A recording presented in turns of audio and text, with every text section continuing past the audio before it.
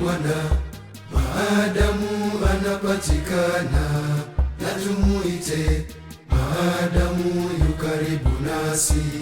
Anasikia maombi tunayoyaomba kila wakati, yeye yupo karibu nasi. Anakulinda usiku na mchana, tena apita nawe katika magumu yako yote. Kwenye bonde la mauti yeye anakuvusha na unapita. Anakulinda usiku na mchana, tena apita nawe katika magumu yako yote.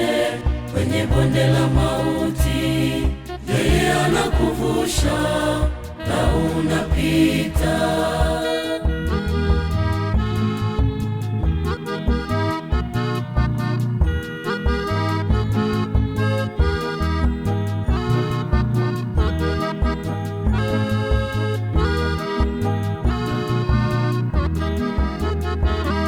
Alimwokoa Nuhu na ile gharika kubwa, akamwambia Nuhu ajenge safina.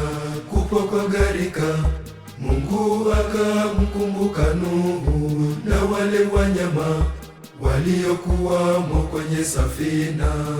Anakulinda usiku na mchana, tena apita nawe katika magumu yako yote. Kwenye bonde la mauti yeye anakuvusha na unapita.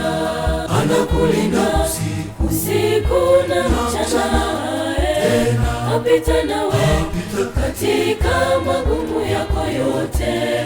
Kwenye bonde la mauti yeye anakuvusha na unapita.